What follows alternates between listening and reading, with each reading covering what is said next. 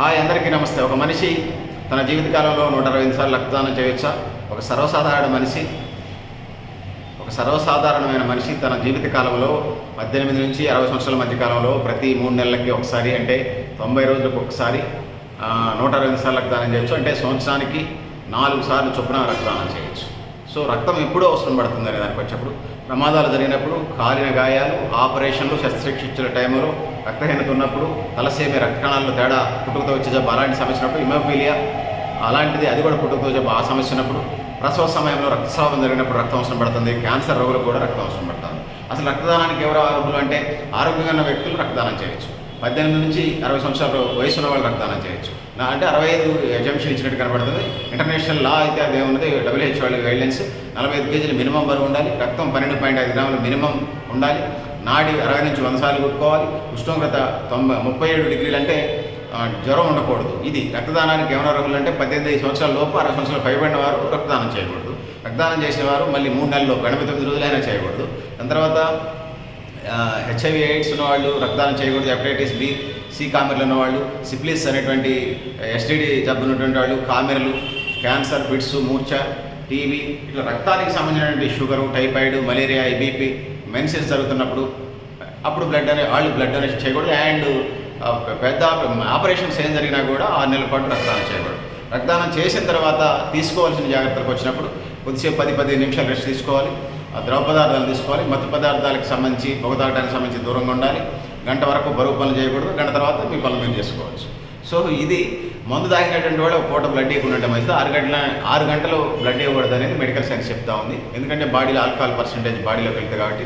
So ఈ రక్తదానానికి సంబంధించి చరిత్ర వచ్చినప్పుడు క్రీస్తు శకం 1616 1616లో ఏప్రిల్ 17న ఈలియం హార్వే అనేటువంటి ఒక సైంటిస్ట్ రక్త ప్రసరణ సిద్ధాంతాన్ని రాసాడు. అది దాన్ని డెవలప్ అవుతూ వచ్చిన తర్వాత 1901 అంటే 1900 సంవత్సరంలో డాక్టర్ కార్ల్ ల్యాండ్ స్టైన్ అనేటువంటి ఒక బ్లడ్ గ్రూప్ను కనుక్కున్నాడు. ఆయన ఒక డాక్టరు, సైంటిస్ట్ అనుకోవచ్చు ఆయన్ని. సో సాధారణ మనిషిలో సుమారుగా 5 నుంచి 6 లీటర్ల బ్లడ్ ఉంటుంది. ఇది నిమిషానికి 70 సార్లు ప్రదక్షిణ చేస్తుంది.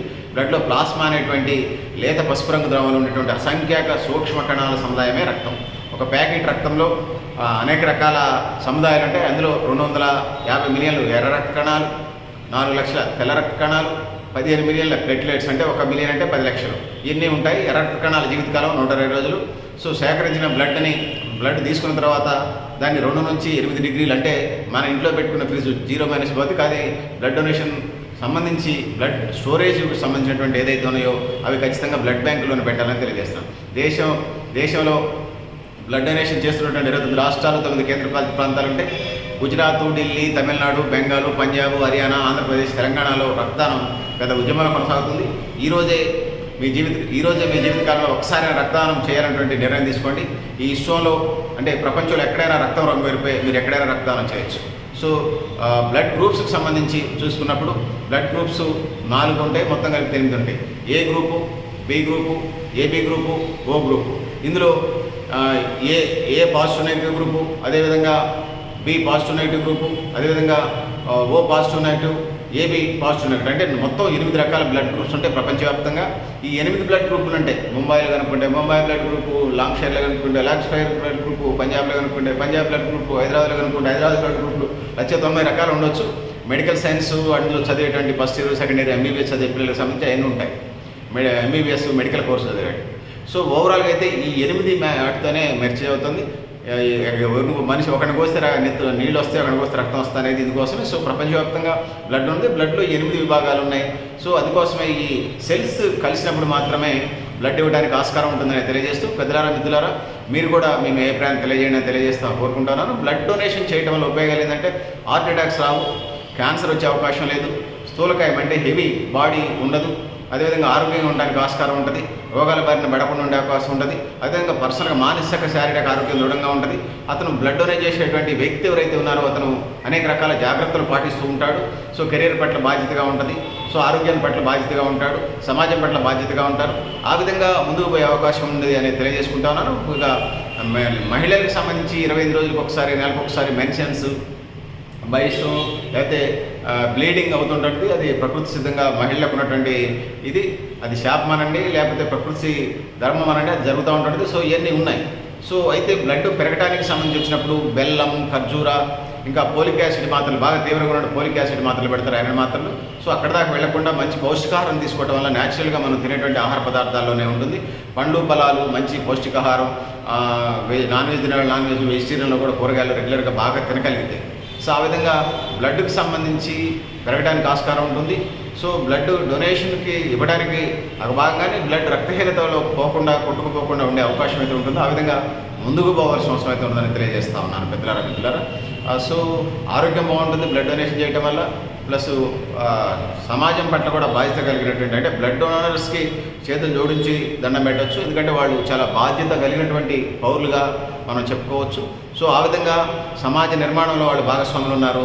సో దేశవ్యాప్తంగా చూసినప్పుడు 100కి 10% కూడా బ్లడ్ డొనేషన్, 6 నుంచి 10% మంది రక్తదానం చేస్తున్నారు. కానీ 100కి 60 నుంచి 80% దాకా, అట్లా చెప్పాల్సి వస్తే 70% దాకా రక్తదానం చేసే అవకాశం ఉంది. సో ఆ విధంగా కృత్రిమ రక్తం అనేది 10 ప్యాకెట్లు బ్లడ్ ఎక్కించినా సరిపడా సెల్స్ రావు, రక్త కణాలు, తెల్ల రక్త కణాలు, ఎర్ర రక్త కణాలు, ప్లేట్లెట్స్. అందుకోసం భవిష్యత్తులో ఆ టెక్నాలజీ డెవలప్ అయ్యి అలాంటి కనుగొన్నప్పుడు సంతోషం, సైన్స్ అండ్ టెక్నాలజీని గౌరవిద్దాం. కానీ ప్రస్తుతం ఉన్న పరిస్థితులలో మనం చూసినప్పుడు సో ఒక మనిషి ఇంకో మనిషికి బ్లడ్ డొనేషన్ చేయాలి. బ్లడ్ డొనేషన్ చేసేటప్పుడు ఇప్పటికే చెప్పినట్టుగా హెచ్ఐవి లేకపోతే టెస్టులు చేస్తారు, మలేరియా టెస్టు, అదేవిధంగా సిఫిలిస్ టెస్టు, బి కామెర్లు, సి కామెర్లు, ఈ 4-5 రకాల టెస్టులు చేస్తారు. 5 రకాలు 6 రకాలు. అవి లేనప్పుడు మాత్రమే అన్నకి తమ్ముడు బ్లడ్ ఎక్కించాలన్నా, తమ్ముడికి అన్న బ్లడ్ ఎక్కించాలన్నా, అక్క తమ్ముడైనా, తల్లి అయినా కన్న తల్లికి బ్లడ్ ఎక్కించాలని అనే టెస్టులు ప్రాసెస్ చేయాల్సిందే. ఆ విధంగా ఇవన్నీ ఉంటాయి అనేది తెలియజేసుకుంటూ, సో రక్తదానం చేయండి, ప్రాణదాతలు కండి. సో ఏమైనా మీరు దానం చేయాలనుకుంటే అది డబ్బుతోని, ఆస్తులతో, ఎసెట్స్తో ముడిపడం. కానీ బ్లడ్ డొనేషన్ అనేది, రక్తదానం అనేది మీ మనసుకు సంబంధించింది. ఈరోజే ఒక నిర్ణయం తీసుకోండి. మీ జీవితకాలంలో ఒకసారి రక్తం చేయాలన్నటువంటి ఒక నిర్ణయం ఈ సమాజ నిర్మాణానికి ఉపయోగపడుతూ ఉంది.